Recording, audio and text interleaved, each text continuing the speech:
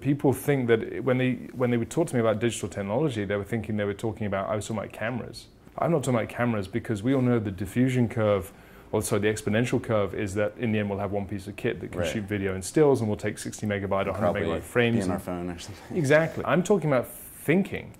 How does digital technology, how is it changing how we think about images, about who we are as image makers, and what we can do with images? And sometimes I've been provocative about that. And I remember in an interview when I won the World Press Image, I sort of said I'm not interested in photography. Yeah. Now, of course, I'm trying to get people to think. Right. But why would he say that? What I'm trying to draw a distinction for people is between the photography, what I call nostalgic photography, and where we currently are.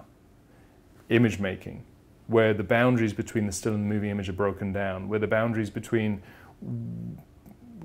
how we disseminate images are broken down. And nostalgic photography is what I call the kind of photography where it's more classic photography, in the darkroom, prints, that beautiful thing that is now becoming relegated really to a very small practice that also ends up is something we look at in curated museums. Mm-hmm.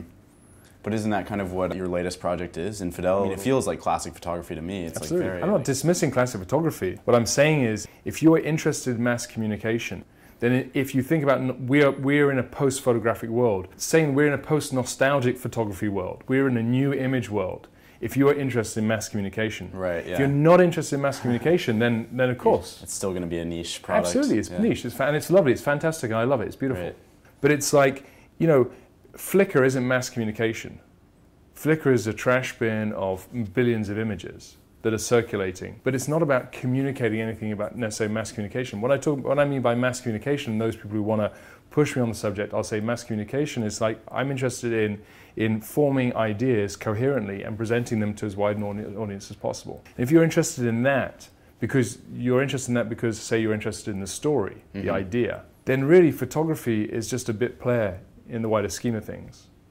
And if you think about the Afghan project that I've done and all the different permutations to that, photography has only been one part, image making has only been one part. Nostalgic photography, prints on the walls, have been a tiny part. Really the main part of that project has been disseminating images on the web, which is not nostalgic photography, it's just, but still images, the moving image component.